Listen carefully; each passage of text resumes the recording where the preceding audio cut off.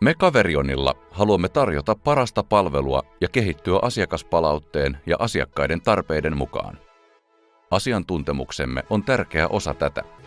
Tätä varten olemme rakentaneet uusia työskentelytapoja ja välineitä.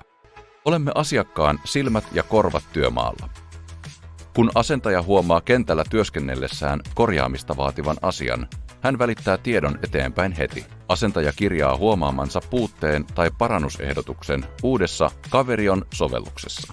Asiakas saa tiedon lisätyöehdotuksesta sähköpostiinsa.